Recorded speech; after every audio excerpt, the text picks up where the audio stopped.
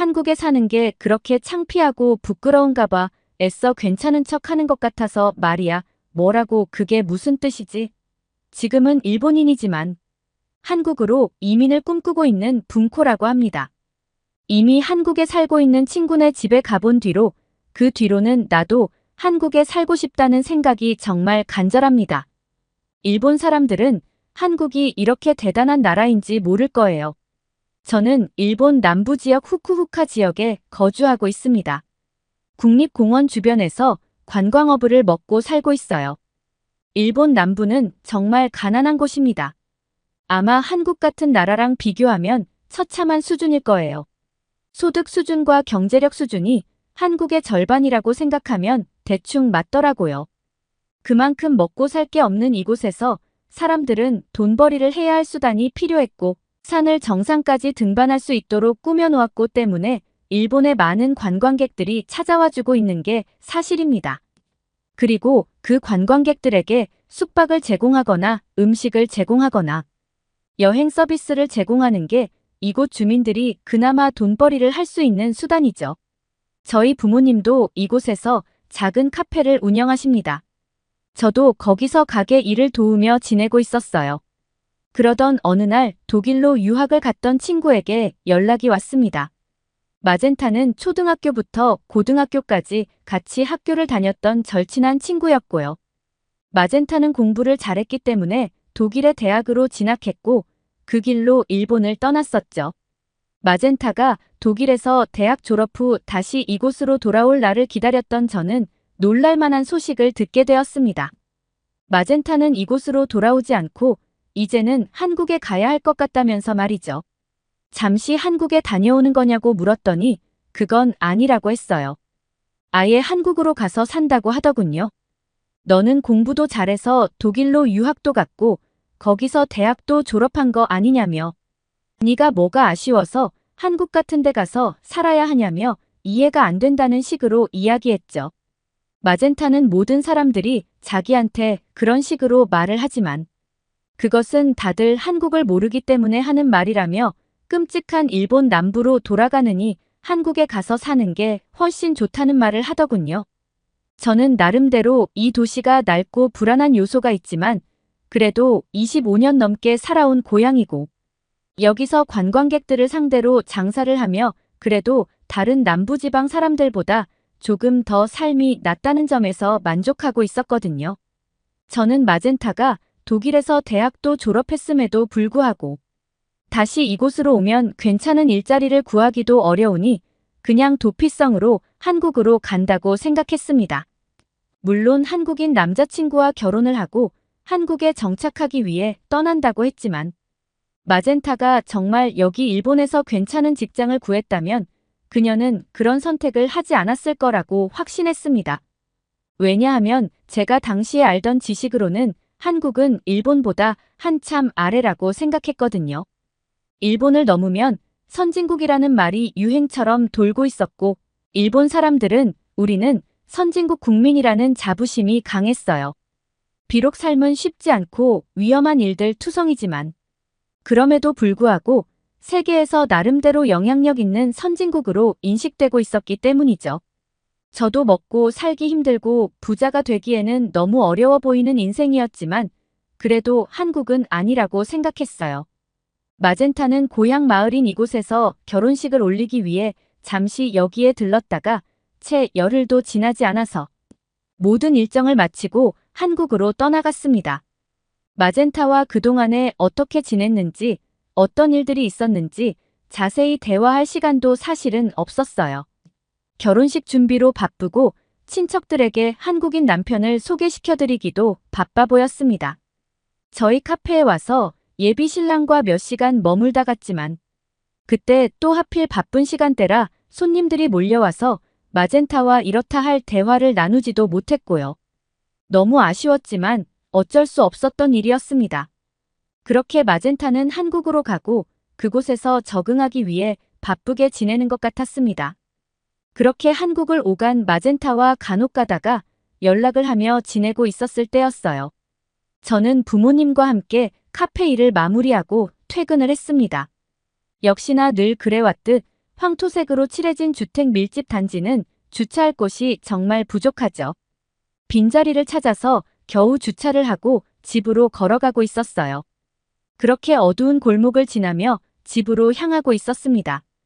유난히 오늘따라 주차 자리가 없어서 멀리 됐는데 누군가 뒤에서 따라오는 느낌이 들었고 저는 코너를 돌자마자 미친 듯이 전력 질주했어요.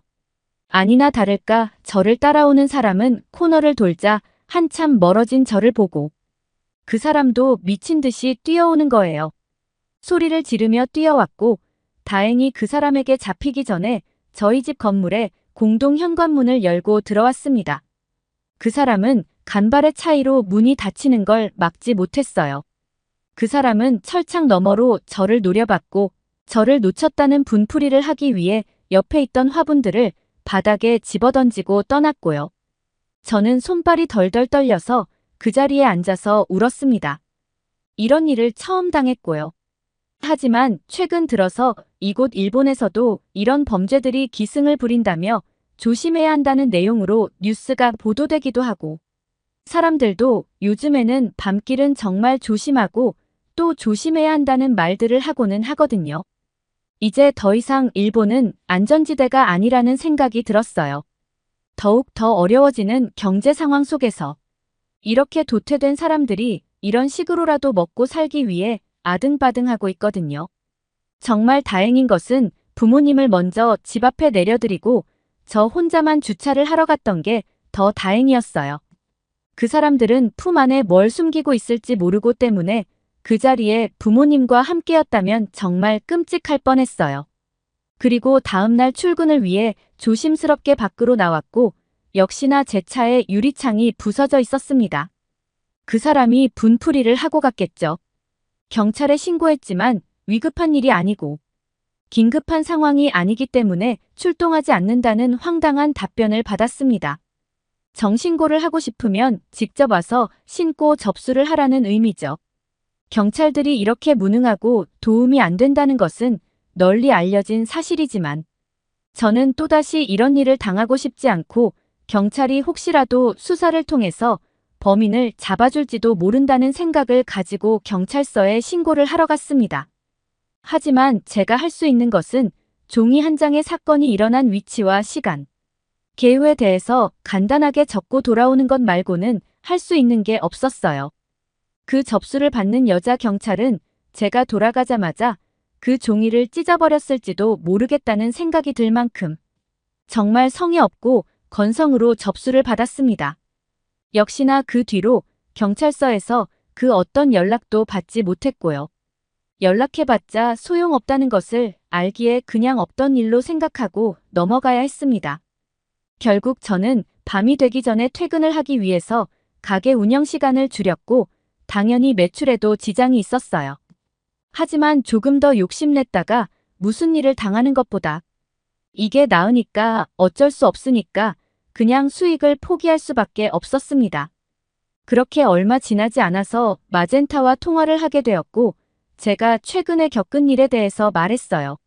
마젠타는 저를 위로해 주었고 그녀의 위로에 고마움과 위안을 느꼈죠. 하지만 참지 못할 궁금증 하나가 올라왔습니다. 한국에서 마젠타는 과연 안전한지, 그리고 이런 일이 있다면 한국에서는 해결을 해줄 수 있는 능력이 있는지 궁금했습니다. 최근 들어서 한국이 정말 살기 좋다는 말들도 간혹 들려와서 궁금한 마음이 생기기도 했거든요.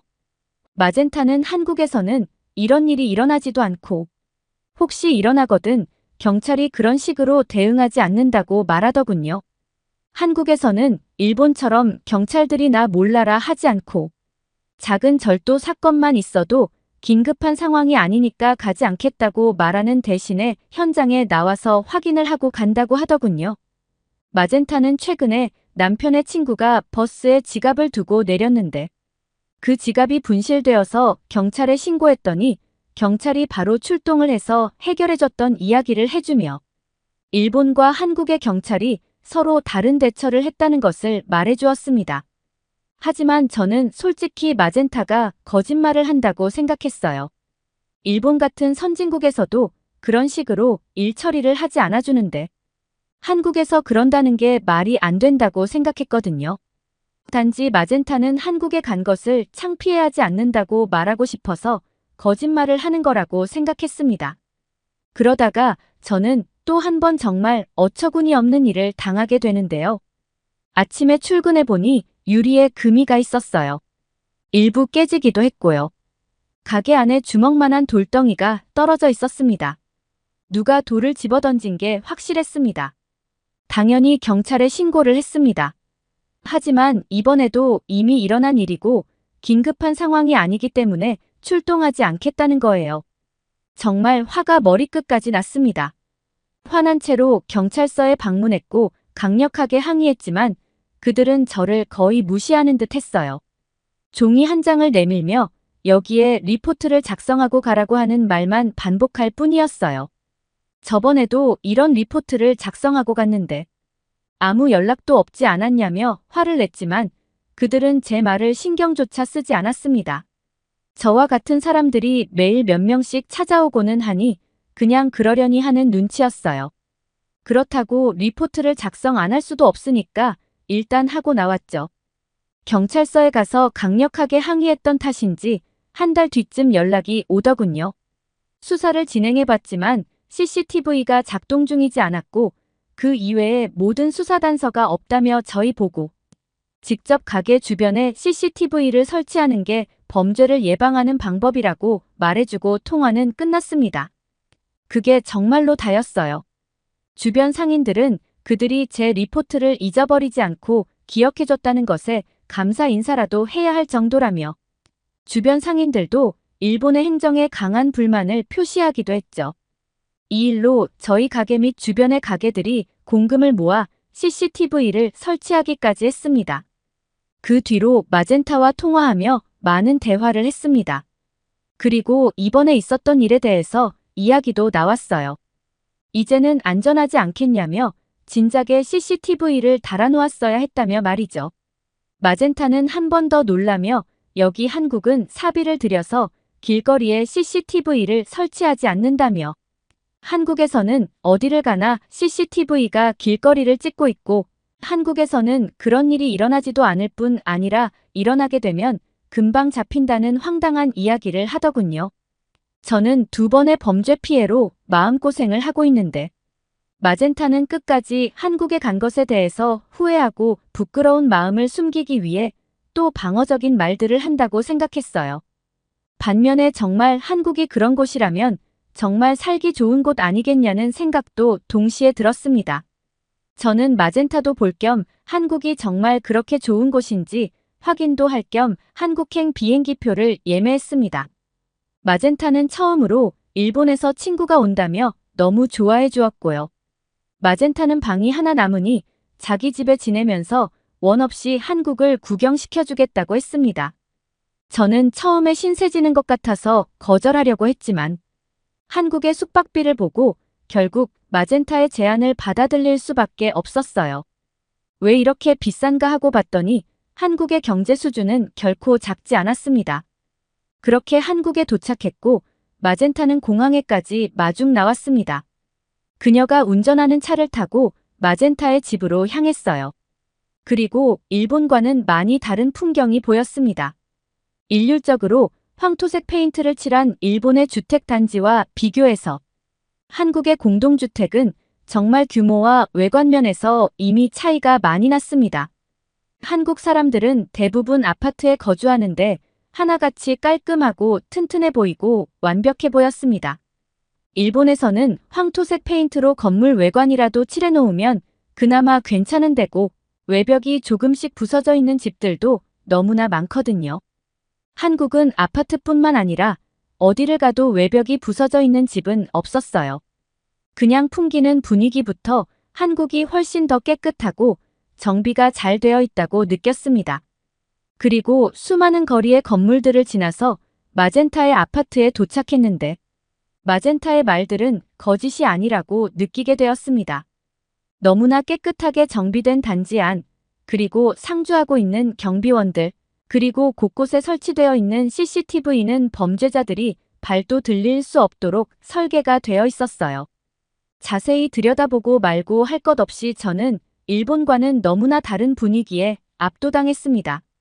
제주도 로마에 가본 적도 있는데 한국의 서울이 더 화려하고 멋졌어요. 이건 비교할 대상이 아니에요. 한국이라는 나라가 이렇게 발전하고 있을 줄은 꿈에도 몰랐거든요. 그리고 마젠타를 따라서 한국 생활을 경험할 수 있었고 어디를 가든지 편리한 것은 둘째치고 안전하다는 느낌을 매번 받으며 다닐 수 있었어요. 마젠타는 겁없이 한국의 밤거리를 휘젓고 다녔으며 한국은 어두침침한 골목도 없었으며 어디에나 조명이 있었습니다. 그리고 음침한 분위기와 무서운 분위기를 풍기는 폐건물들도 안 보였어요. 정말 대단하고 감탄이 나올 수밖에 없는 분위기를 자아냈습니다. 그리고 마주친 모든 한국 사람들은 친절하고 좋았습니다. 일본에서도 친절한 사람들은 친절하고 좋지만 정말 찜찜한 분위기를 풍기는 사람들이 수없이도 많은데 한국에서는 그런 사람들을 만날 수 없었어요. 이런 사람들이 갑자기 이유 없이 돌을 집어던지거나 강도를 하기 위해 저를 쫓아올 것이라는 생각조차 할 수 없는 분위기였습니다. 한국에 오래 있지 않아도 그런 것을 느끼는 데는 오래 걸리지 않았습니다.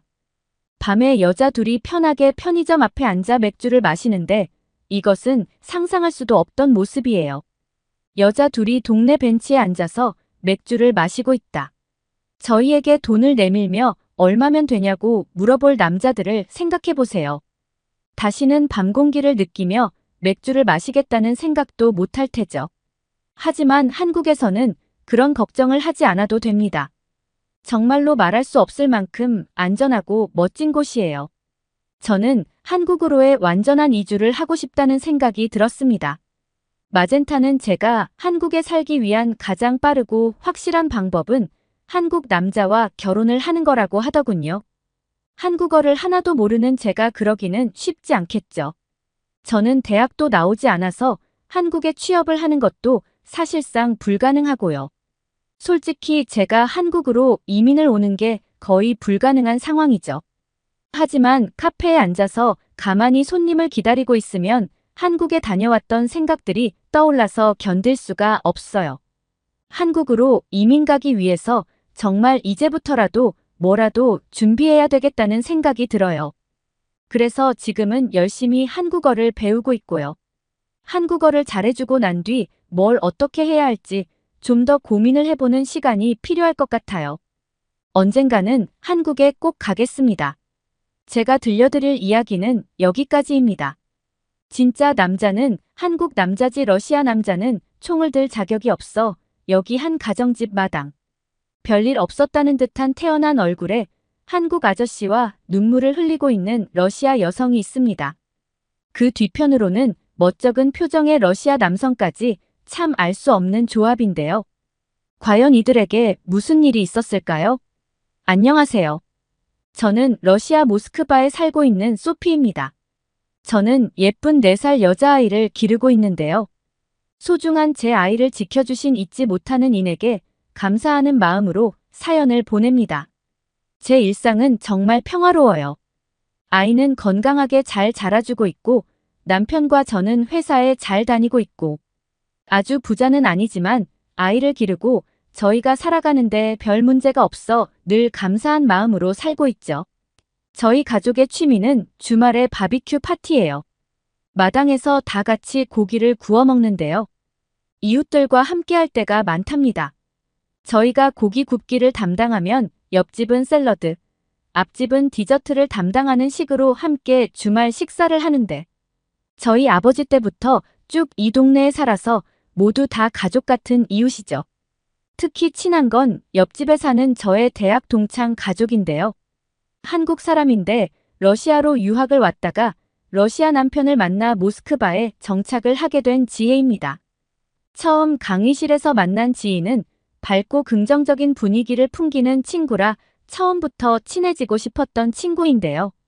지혜는 한국에서 왔다고 하면 맨날 북한에서 왔니, 남한에서 왔니를 물어보는 사람들에게 지쳐 있었는데 그런 걸 안 물어보는 러시아인은 처음이라며 좋아했던 첫 만남이 아직도 생생하네요. 저는 이 친구 덕에 한류 바람이 러시아 내에 본격적으로 불기 전부터 한국 문화를 섭립할 수 있었습니다. 대학 내내 같이 붙어 다니며 한국 이야기를 듣고 한국 영화도 봤고요. 친구를 통해 한국 음식 등을 접해 저도 이제 한식의 입맛이 좀 들었어요. 몇몇 요리는 배워서 집에서 해먹곤 합니다. 한국말도 조금은 할 줄 알고요. 아, 맞다.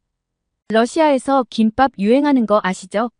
한국 뉴스에서 러시아인들이 김밥에 열광한다고 여러 번 나왔다고 하더라고요. 저는 이제서야 김밥에 열광하는 러시아인들을 보며 코웃음을 쳤다고요.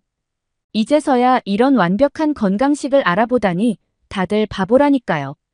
대형마트에서 파는 한국의 냉동김밥을 4억 원은 받는데요.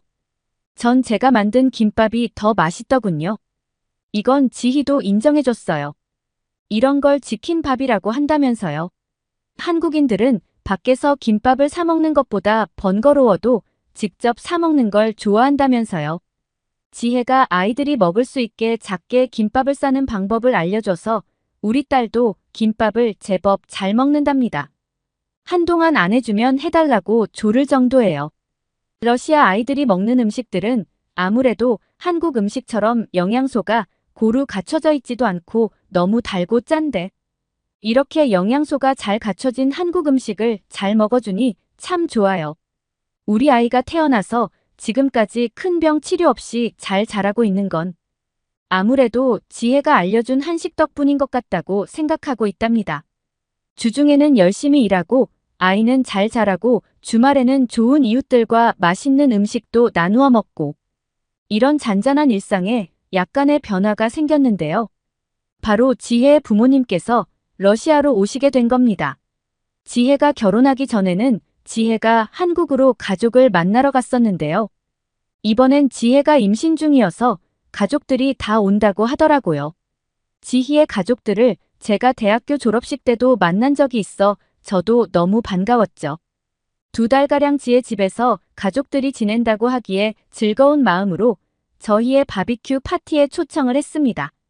듣자 하니 지희 아버지께서 막걸리라는 한국 술을 좋아하신다고 하셔서 한국 마트에 가서 일부러 막걸리도 준비하고 한국 김치도 샀어요. 그런데 주말에 저희 아버지도 오신다는 게 아니겠어요? 분위기가 어색해질 것 같아 좀 망설였는데 저랑 제일 친한 친구 아버지이시니까 괜찮지 않을까 하는 마음으로 두 가족이 만났죠.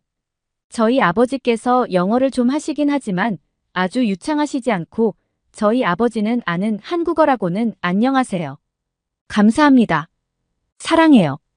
밖에 없는 사람이라 괜찮을까 싶었는데 두 분은 의외의 공통분모가 있었습니다.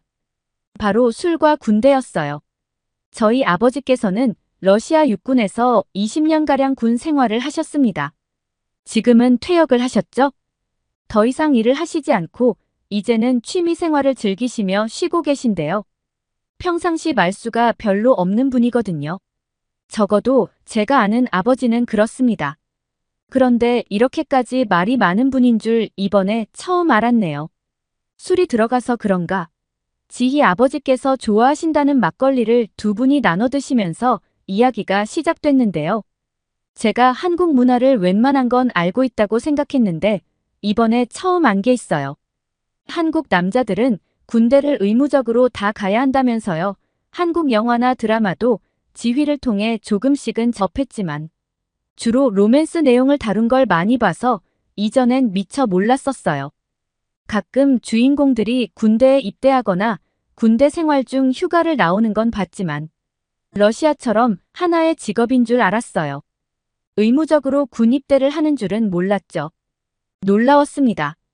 그러면서 지 아버지께서는 한국 남성들은 군대에 다녀오기 때문에 한국은 러시아처럼 총기를 소지하는 것이 금지되어 있지만 대한민국 남성들은 누구나 총을 쏠 줄 안다고 말씀하셨죠. 그리고 군대에 제대를 하고 나서도 이런 감을 유지할 수 있도록 군대를 제대한 사람 모두를 대상으로 일정 나이까지 예비군 훈련도 진행한다고 했죠. 이후에는 민방위라는 게 있다고 하셨어요. 놀라웠어요. 3명의 러시아 남자 그러니까 제 남편과 아버지 그리고 제 남편까지 모두 깜짝 놀랐죠. 러시아 예비군은 실제 임무를 수행하지 않아도 예비군이 되는 사람들도 있어요. 이 사람들은 따로 훈련은 받지 않는데 혹시 모를 전쟁에 대비해서 대기하다가 전쟁이 터지면 임무를 수행하러 나가는 거죠.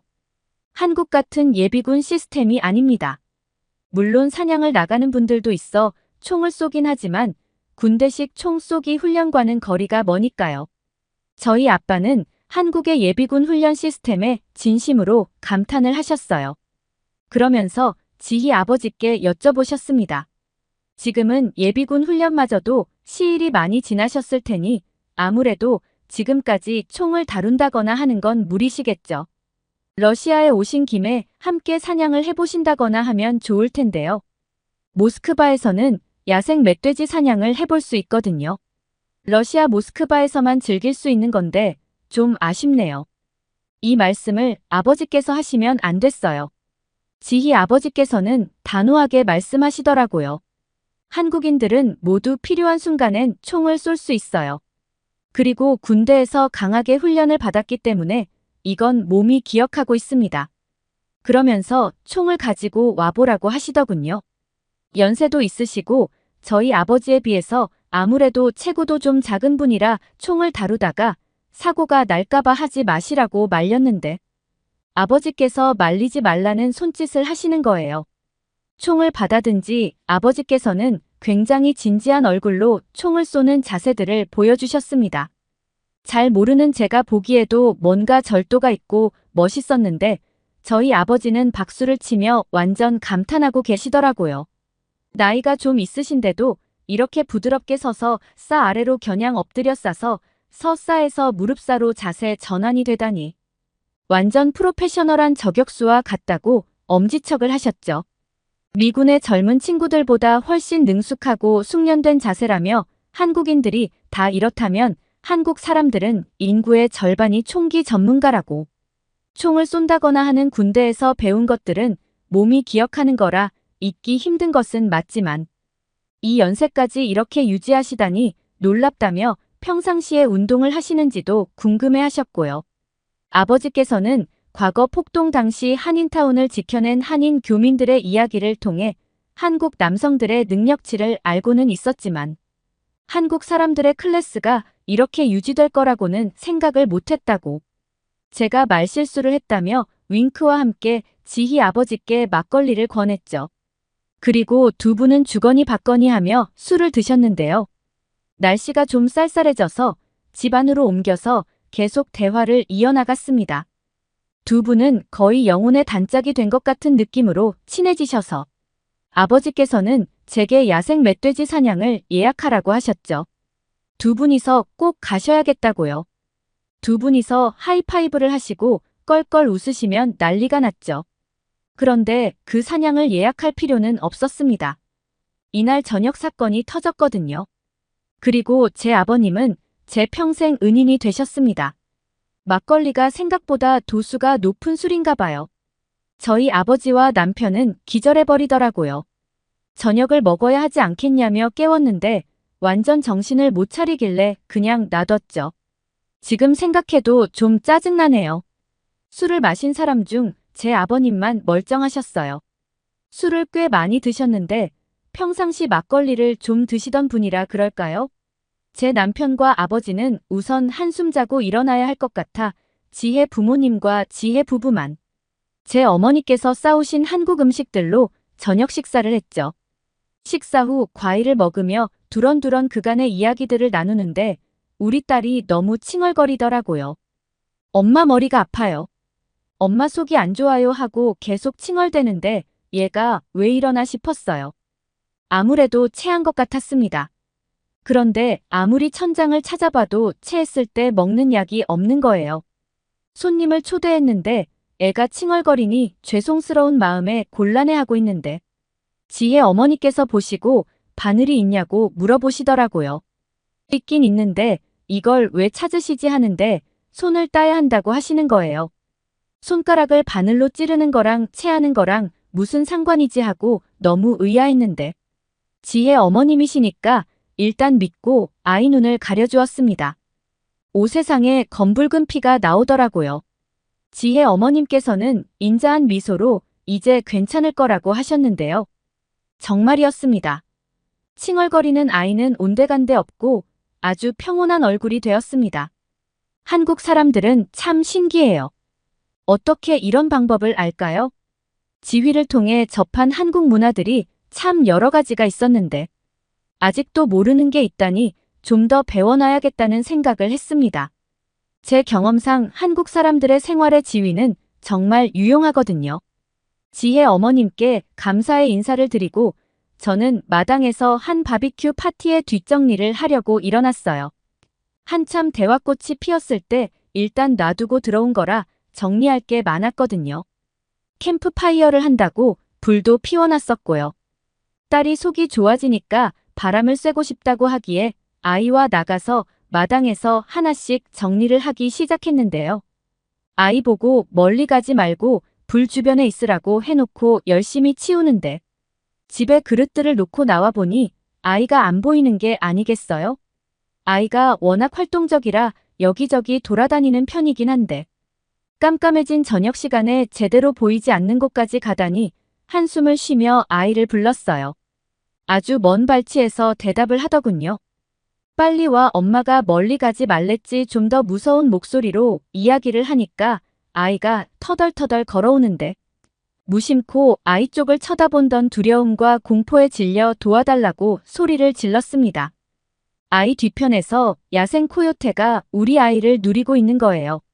어둠 속에서 빛나는 코요테의 눈빛이 지금도 잊혀지지가 않네요.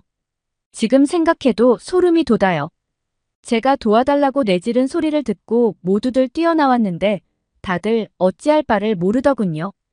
돌을 던져야 하나 지금 여기 있는 나무 장작들을 집어던질까?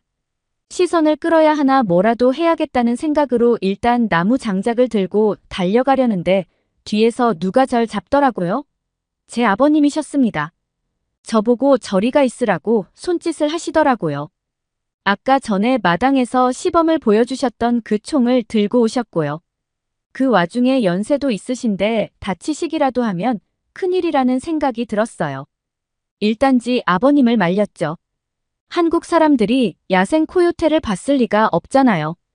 모스크바에 사는 저도 이렇게 가까이에서 보는 건 처음인데요. 그런데 저를 뒤로 보내고 아주 강하게 말씀하시더라고요. 걱정하지 말아요. 그리고 신중히 코요테를 향해 총을 겨누셨죠. 그런데 그 사이 코요테가 딸과 거리가 더 가까워졌어요.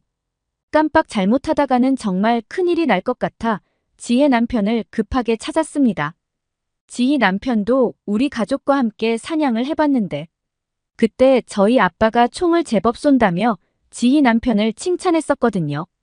그런데 제 남편은 고개를 절레절레 젓는 거예요.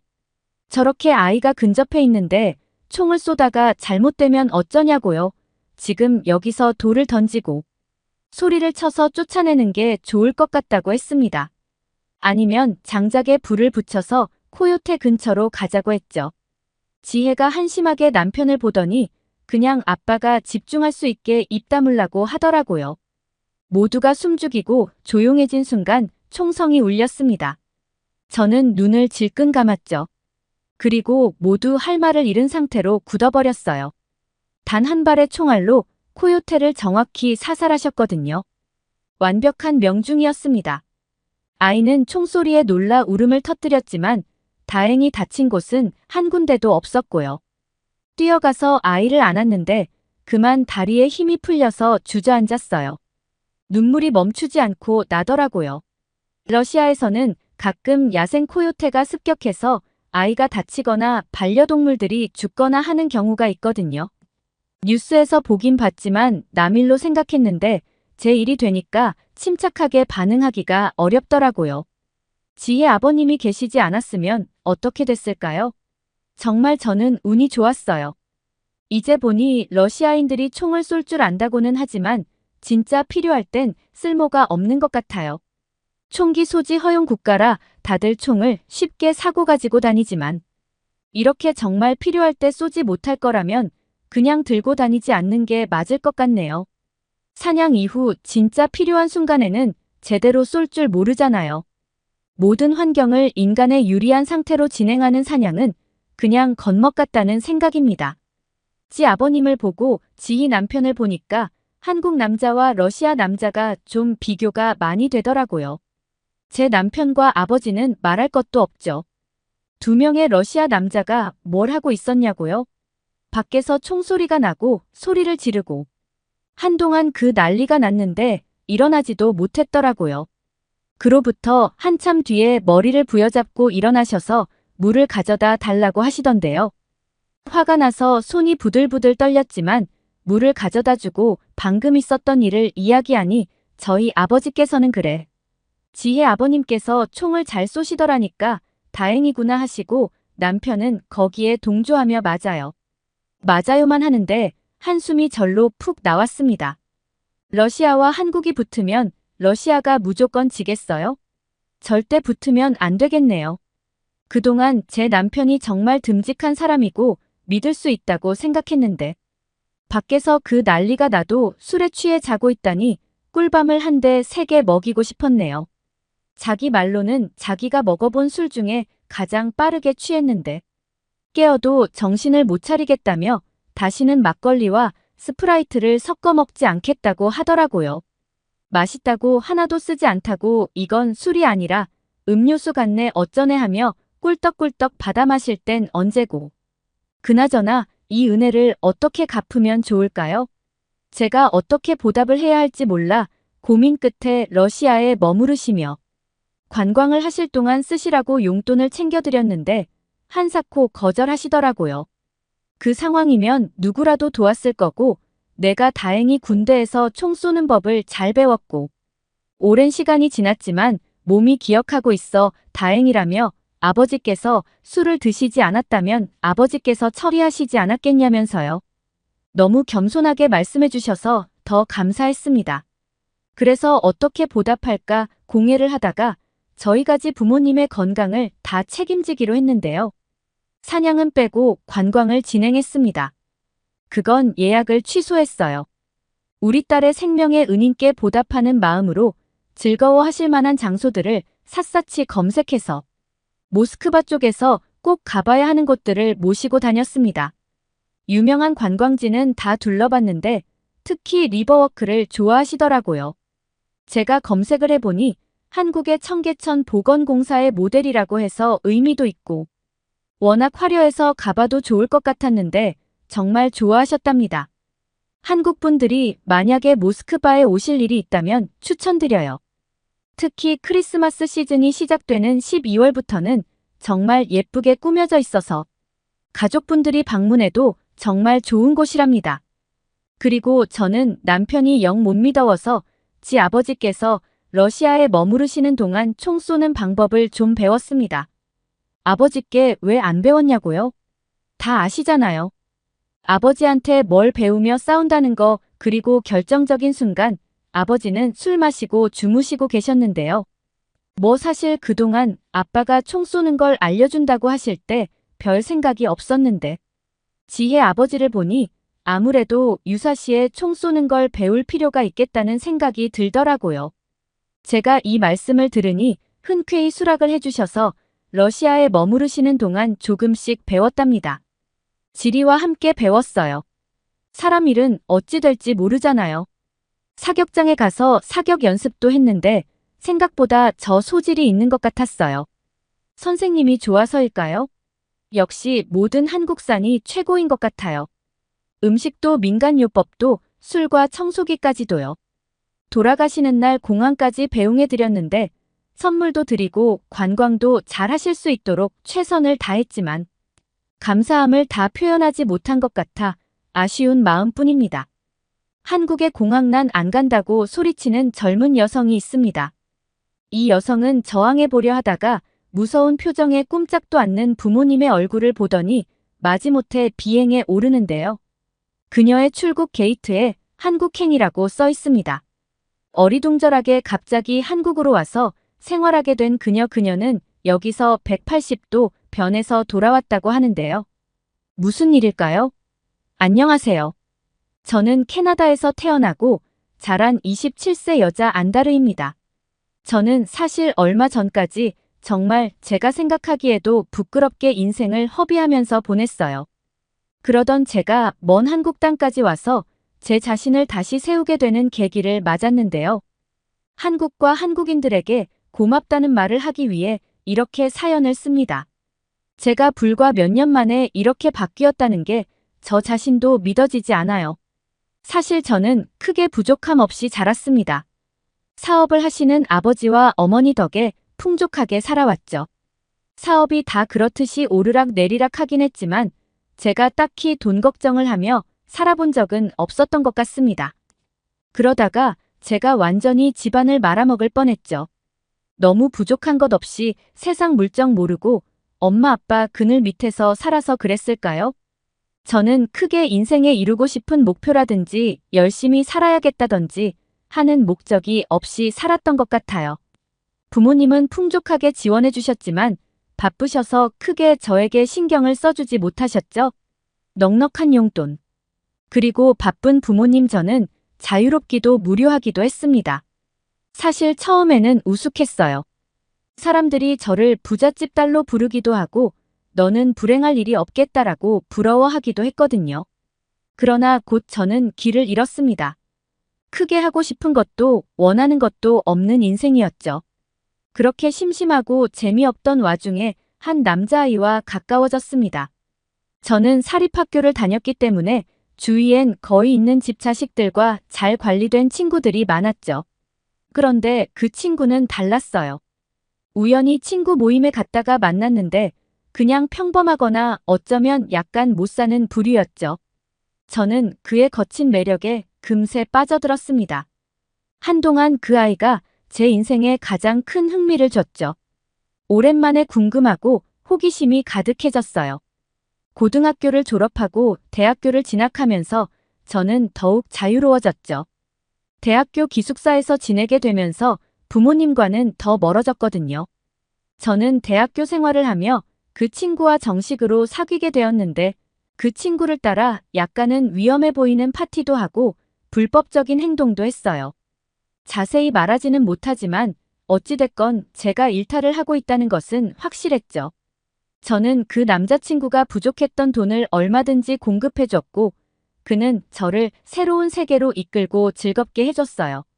그러던 어느 날 부모님은 한 번도 하지 않으시던 이야기를 하셨어요.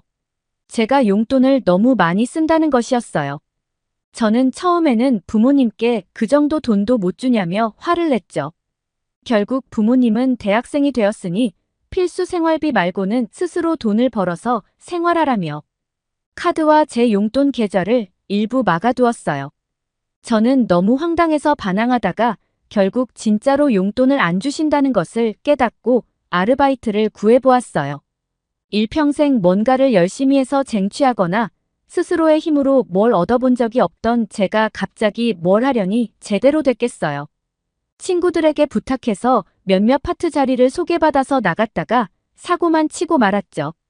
첫 번째로 제일 구하기 쉽고 재밌어 보이던 서빙 알바를 했는데 일한 첫날에 바로 뜨거운 스프를 손님 바지 위에 엎고는 큰 금액을 배상해줘야 할 뻔했어요. 다행히 제가 너무 당황해서 죄송하다고 사과하니 그 남자 손님은 괜찮다고 말해주어서 상황을 넘겼어요. 한번 그렇게 사고를 치고 나니 그 다음부터는 서빙을 할 때 잔뜩 긴장한 상태로 일이 제대로 되지 않더군요.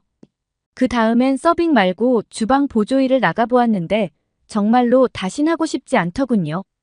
너무도 힘들었어요. 게다가 손에 상처만 가득 입고 왔죠. 저는 할 수 없이 몇 주를 남자친구와 친구들에게 돈을 빌리며 버티다가 엄마에게 다시 연락했어요. 돈을 아껴 쓸 테니 다시 용돈을 달라고요. 도저히 혼자서 돈 벌어서 생활하기가 힘들다고요. 엄마는 엄한 목소리로. 경제관념을 제대로 가지라고 뭐라고 하셨죠? 나중에 알고 보니 그맘때 부모님 사업이 힘들어진 시기였어요. 어찌됐건 저는 다시 겨우 줄어든 용돈으로 생활을 이어나갔는데 남자친구는 자신의 돈을 갚으라며 재촉하더니 결국 헤어지자고 통보했어요. 혹시 돈이 없는 나는 매력적이지 않은 거냐고 소리쳤는데 진심인지 뭔지 그렇다고 하더군요. 돈이 없으니 재미있게 놀 수가 없다면서요. 저는 크게 상처를 받고 페인 같은 생활을 시작했어요. 적은 용도는 금방 탕진됐죠. 그리곤 카드를 긁어댔어요. 곧 부모님께 제가 수업도 제대로 안 들어오고 불성실하다는 연락이 갔죠. 저는 집으로 불려갔어요. 엄마 아빠는 무표정으로 저를 계속 쳐다보셨어요. 소리를 지르거나 크게 질책하지 않지만 저의 경험상 이렇게 조용할 때야말로 부모님이 무시무시하게 화가 났을 때였습니다. 한참 쳐다보시던 아빠는 딱 한마디를 하셨어요.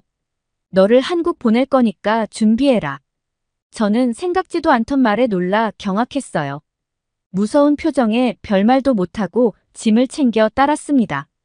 엄마 아빠와 함께 인천공항에 도착한 저는 인천공항에 나와 또 기차역으로 향해 거기서 KTX라는 한국 기차를 타고 어딘가로 향했습니다.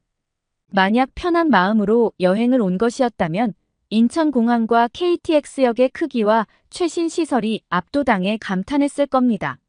하지만 그 당시 저는 공항이 멋지다고 스쳐 지나가듯 생각은 했지만 잘못해서 한국에 온 것인지라 여유롭게 구경할 여유가 없었죠. 그렇게 기차에서 내려 택시를 타고 도착한 곳은 바로 산이었습니다. 산 입구에 스님 한 분이 저희를 기다리고 있었습니다. 저희 부모님은 공손하게 스님한테 인사를 드렸습니다. 저도 따라서 이상한 인사법으로 인사를 했죠. 한국어로 적혀 알 수 없는 표지판을 몇 개 거쳐 서쪽으로 올라가자 절이 나왔습니다. 젊은 한국인 여성 한 명이 뛰쳐나와 저희를 맞이했습니다. 이 젊은 여성은 영어를 잘하여 소통이 편했습니다. 그녀는 자기를 예진이라고 소개했습니다. 한 달 동안 같이 지내실 텐데 잘 부탁드려요. 이게 대체 무슨 소리인가 싶었습니다. 제가 부모님에게 무슨 일인지 설명하라는 표정으로 찾아보자 아버지가 입을 열고 충격적인 말을 뱉었습니다. 제가 한 달 동안 여기서 혼자 지내면서 템플스테이를 할 거라는 겁니다. 그것도 수행자와 스님들을 돕는 자원봉사자로요. 순간 벙진 저는 곧 정신을 차리고 부모님께 따지기 시작했습니다. 저는 절대 이런 위치한 곳에서 못 산다고요. 하지만 부모님께서는 만약 제가 여기서 안 살면 계좌에 연결된 카드도 다 끊어버리고 채권을 상속하겠다는 말도 없던 일로 하겠다고 강경하게 나왔습니다. 돈을 끊어버리게 됐다는 일을 하자 저는 더 이상 반박할 힘을 잃었습니다. 당장 저를 떠난다고 해도 카드를 쓰지 못하면 다시 힘들게 알바하거나 곤궁하던 생활로 돌아가야 했죠. 너무너무 싫었지만 울며 겨자 먹기로 한 달 동안만 절에 머물기로 했습니다. 부모님은 저를 데려다 준 뒤 다시 캐나다로 떠나버렸고 완전히 혼자 남았습니다. 젖은 짐을 숙소에 풀고 옷도 누추한 템플스테이 옷으로 갈아입었습니다. 예지는 내일부터는 늦어도 아침 6시에는 일어나야 한다면서 오늘은 저녁을 먹고 푹 쉰 다음 일찍 잠에 들라는 말을 했습니다. 저는 그 말을 듣고 경악했죠. 아침 6시는 일어나 본 적 없는 시간이었습니다. 전 원래 잠꾸러기라 아침 7시에 일어나는 것도 힘들었습니다. 예지는 자기도 여기 온 지 이틀 되었다면서 저 말고도 외국인들이 한국에 템플스테이를 하러 많이 온다고 말했습니다. 저는 뭐가 좋다고 그렇게 많이 온다는 건지 이해가 안 됐습니다. 절에 무료로 머물 수 있다고 해도 결국 일을 시키는 거잖아요. 저는 저녁 식사를 하기 싫다며 그냥 일찍 잠에 들겠다고 말했습니다. 예지는 저에게 그래도 먹는 게 좋지 않아요. 같이 먹어요라고 설득했지만 저는 괜찮다고 말하고 그냥 누워버렸죠. 한국까지 오는데 피곤함이 쌓여서 그런지 잠이 솔솔 잘 오더군요. 다음날 예진이 저를 흔들어 깨웠습니다. 눈을 비비고 시계를 보니 6시 10분 전이었습니다. 저는 힘겹게 겨우겨우 일어났지만 예진은 저보다 훨씬 일찍 일어나서 채비를 마친 듯 했습니다. 그녀가 새벽 4시에 일어났다는 말을 듣고 저는 경악을 금치 못했습니다. 새벽 예불이 4시 반이라 그 시간에 일어났다는데 피곤하지도 않나 싶었죠. 세수를 하고도 여전히 잠이 깨지 못해서 몽능한 정신으로 멍 때리고 있다가 6시 5분 전쯤 바깥으로 나섰습니다. 늦가을의 새벽 6시는 아직 어둑어둑했습니다. 약간 으슬으슬하긴 했지만 상쾌한 공기를 마시니 저도 모르게 머리가 맑아지는 기분이었습니다. 예진이 새벽 6시에 아침 공양을 드린다길래 공양이 뭔지 궁금했는데 알고 보니 아침 식사를 뜻하는 듯 했습니다. 공연관이라는 곳에 들어가 보니 식당처럼 되어 있더라고요. 뷔페식으로 되어 있지만 가짓수는 그리 많아 보이지 않았습니다. 식판을 들고 음식을 고르던 저는 순간 눈을 의심했습니다. 눈을 비비고 다시 음식을 봤지만 이건 거짓말이 아니라 현실이었어요. 그리고 저도 모르게 큰 소리를 내버렸죠. 한국 음식은 다 이런 거야. 제 큰 목소리에 식당에 있던 다른 사람들이 깜짝 놀란 듯 저를 쳐다보았습니다. 예진은 왜 그러냐고 무슨 일이냐고 물었습니다. 저는 실망이 가득한 목소리로 말했습니다. 한국 사람들은 원래 고기를 안 먹는 거야. 예진은 갑자기 저를 보고 웃기 시작했습니다. 그리고 저에게 한국인은 고기를 무척 좋아하지만 절에서는 육류를 안 먹는다고 알려줬죠. 저도 절의 스님들은 육식을 하지 않는다는 이야기는 들었지만 설마 자원봉사자들한테까지 고기를 안 줄지는 몰랐습니다. 예진은 엄격한 얼굴로 자원봉사자 등 수행자 등 절에 있는 사람들은 다 공평하다며 고기를 먹을 수 없다고 이야기했습니다. 이를 시켜 먹으려면 고기를 좀 먹여야 하는 거 아닌가요? 좀 너무하다는 생각이 들었습니다. 공연관의 아침 메뉴는 밥과 나물, 반찬 그리고 미역이 든 스프였는데요. 이 스프가 뭐냐고 물어보니까 미역국이라는 음식이라며 한국에서는 이런 스프들을 국이라고 부른다고 하더군요. 저는 풀떼기로만 가득한 반찬을 보고 내가 무슨 토끼냐고 투덜거렸습니다. 그런데 투덜거린 게 민망하게도 이상하게 밥 하나, 반찬 하나하나가 너무 맛있는 겁니다. 원래 저는 아침을 입맛 없다고 안 먹는 성격이었는데 어제 저녁을 안 먹어서 그런 건지 아니면 상쾌한 공기를 맡으면서 걸었기 때문인지 식욕이 돌더군요. 옆에 있던 예진이 미역국에 밥을 말아먹는 모습을 본 저는 예진을 따라해서 똑같이 해봤는데요. 밥이랑 미역국을 함께 먹으니 더 밥이 술술 잘 넘어가면서 속이 뜨끈뜨끈한 게 아주 좋았습니다. 예진은 한국 사람들은 이렇게 국에 밥을 말아먹는 걸 좋아한다면서 나중에 절에 나가면 국밥도 한번 먹어보라고 했습니다. 저는 식판을 싹싹 비웠고 옆에 있던 예진은 입맛에 잘 맞는다니 기쁘다고 말했습니다. 저는 밥 먹기 전에 맛 없을 것 같다고 온갖 투정을 부려놓고 싹 다 비워 뭔가 창피했습니다. 아침 식사를 한 뒤 다시 숙소로 돌아가 휴식 시간을 가진 뒤 8시가 좀 안 됐을 때 본격적으로 일을 시작했습니다. 저희는 다른 자원봉사자들과 전날 세탁해서 마른 이불과 옷을 접어 정리했습니다.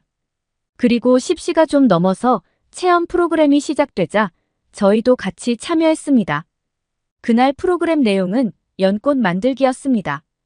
체험 프로그램을 끝낸 후 공연 전에 절 근처 산을 잠깐 걸었습니다. 대단한 일을 한 것도 아닌데 절에서 시킨 잡무를 하고 체험 프로그램까지 하니까 은근히 피곤하더라고요. 하지만 곧 점심시간이라 낮잠 자기도 애매해서 저는 산책을 하며 잠을 깨웠습니다. 이미 늦가을이라 단풍이 지고 벌거벗은 나무들이 아쉬웠지만 새소리와 함께 평화롭고 고요한 한국산의 경치를 보고 있자니 저도 모르게 마음이 편안해졌습니다. 한국산은 참 매력적이었습니다. 캐나다는 날씨가 우중충하다 보니 산을 올라가도 풍경이 그리 예쁘지 않거든요. 그런데 한국은 어찌나 하늘이 맑고 푸르던지 여기서 같이 산책하던 예진이 하는 말이 한국은 국토의 대부분이 이런 산들이라 산악버스를 타고 조금만 이동해도 산이 있고 시골은 더욱이 뒷산이 흔하다고 했습니다. 캐나다에는 집 가까운 곳에 산이 별로 없어서 등산하려면 정말 큰 맘 먹고 멀리 가야 하는데 부럽더군요. 산책이 끝나고 점심시간이 되자 예진과 저는 점심 공양을 위해 공연관으로 향했습니다. 예진은 맛있게 먹는 방법을 알려주겠다면서 반찬을 전부 다 밥에 부었는데요. 이렇게 비벼 먹어서 비빔밥을 해 먹으면 맛있다고 추천했습니다. 처음에는 반찬을 모두 부어서 섞어 먹는다는 게 거부감이 들어 거절했는데 옆에 예진이 너무 맛있게 먹는 모습을 보니 저도 모르게 침이 꼴깍 넘어갔습니다. 왜라 모르겠다 싶어 반찬을 모두 부어서 비빔밥을 해 먹었는데요. 반찬들 중 양념이 되어 있는 재료가 있어서 같이 비비니까 특별히 소스를 넣지 않아도 감칠맛이 나더군요. 생각보다 맛있었어요. 점심 공연이 끝나고 난 뒤 저희는 투숙객들이 머문 숙소와 법당을 깨끗이 청소했습니다. 열심히 썰고 닦고 청소하니 어느새 저녁 공연 시간이 되었습니다. 저는 아까처럼 비빔밥을 만들려고 했는데 음식을 해주시는 공연관 아주머니 한 분께서 저에게 다가와서 소주통 하나를 내미셨습니다. 저는 대체 이게 뭐지 싶었어요. 예지는 참기름이라고 뿌려 먹으면 맛있다고 말해줬습니다. 파스타에 올리브유를 뿌리는 것도 아니고 밥에 기름을 뿌려 먹는다는 게 신기했지만 참기름을 뿌려서 먹으니 훨씬 맛있더라고요. 고소한 냄새가 너무 좋았습니다. 저녁이 끝난 후 저도 처음으로 예불을 드리게 되었는데요. 이렇게 예불을 드릴 때는 타종을 먼저 친다고 하는데 아침에는 28번, 저녁에는 33번을 친다고 합니다. 저도 다른 수행자들과 돌아가며 타종을 쳤는데요. 종을 치는 순간 거대한 진동이 느껴지면서 산 전체에 크고 웅장한 소리가 울려 퍼지는데 그때 감동은 오로지 직접 타종을 쳐본 사람만이 느낄 수 있을 거예요. 예불이 끝나고 저는 절의 스님과 함께 차담을 나눴는데요. 저는 주지 스님께 왜 우리 아빠가 저를 이곳으로 보냈는지 모르겠다고 말했습니다. 조수님은 그저 빙그레 웃으시며 시간이 지나면 자연스럽게 그 뜻을 알게 될 거라는 아리송한 소리만 했습니다. 저는 그 뒤에도 절에서 자원봉사를 하며 바쁘게 하루를 보냈습니다. 내일 아침 일찍 일어나 절의 일을 열심히 돕다가도 자투리 시간이 지나면 절 근처를 걷곤 했습니다. 처음에는 웬 시골에서 살아야 한다는 생각에 짜증이 나서 절을 자세히 살펴보지 않았는데 한국절에는 열어볼 것이 많았습니다. 자유로운 미소를 띤 불상들은 물론이고 세월의 흔적이 묻은 비석들과 석탑들 등등 절 안에도 볼거리가 참 많더라고요. 돌길을 걸으면 작은 폭포수도 있었는데 그 시원하고 깨끗한 폭포수를 보면 일 때문에 쌓인 피로감도 바로 날아가 버렸죠. 그렇게 보름쯤 생활하자 정말 신기한 일이 일어났습니다. 오히려 놀고 먹을 때보다 몸이 더 건강해지고 피부도 좋아졌어요. 숙소 화장실에서 세안을 하고 거울을 보는데 저는 깜짝 놀랐습니다. 제 피부가 평소와 달리 너무 깨끗한 겁니다. 캐나다에서는 피부과를 아무리 다녀도 나아지는 게 없었고 트러블을 가리려고 화장을 항상 진하게 하고 다녔습니다. 화장품을 두껍게 바르고 다니니 갈수록 더 제 피부 상태는 나빠졌죠. 그런데 한국에서는 매일 규칙적으로 몸을 움직이고 몸에 좋은 한국 음식들을 먹고 매일 절 근처를 산책하며 운동을 하고 바깥 공기를 쐬다 보니 피부 트러블들이 싹 없어졌습니다. 저는 너무 기분이 좋더라고요. 고즈넉한 분위기에 절에서 조용하지만 행복한 시간이 흘러 어느새 한 달이 되었습니다. 저희 부모님은 저를 데리러 오셨죠? 올 때는 그렇게 여기에 있기 싫다고 난리를 피웠는데 막상 떠나려니 아쉬웠습니다. 일상으로 돌아온 저는 어머니에게 부모님 사업체를 배우겠다고 말했습니다. 부모님은 무척 놀랐습니다. 부모님이 해보라고 할 때는 죽어도 안 하겠다고 했거든요. 이상하게 한국에서 템플스테이를 갔다 오고 나니 차분하게 생각을 정리하면서 그냥 무료하게 보내는 것보다 뭔가 해보고 싶은 마음들이 생겼습니다. 절에서 염주 만들기를 할 때 특히 많은 생각 정리가 되었습니다. 저는 부모님에게 왜 저를 한국에 보내셨는지 알 것 같다고 말했습니다. 템플스테이 후 제 생활은 완전히 달라졌습니다. 아침 일찍 일어나 규칙적인 생활을 했고 군것질을 좋아하던 습관을 고쳤으며 참을성과 인내심도 강해졌습니다. 부모님도 저의 변화를 흐뭇해하셨습니다. 부모님이 저를 템플스테이로 보냈던 이유는 사실 한 기사 때문이었다고 했습니다. 평범한 힘든 일들을 겪지 못함. 저를 걱정한 부모님께서는 제가 스트레스나 실패에 쉽게 좌절하는 게 걱정되었다고 하셨습니다. 그러던 중 부모님은 한국의 템플스테이가 스트레스를 견디는 능력을 길러준다는 기사를 보게 되었습니다.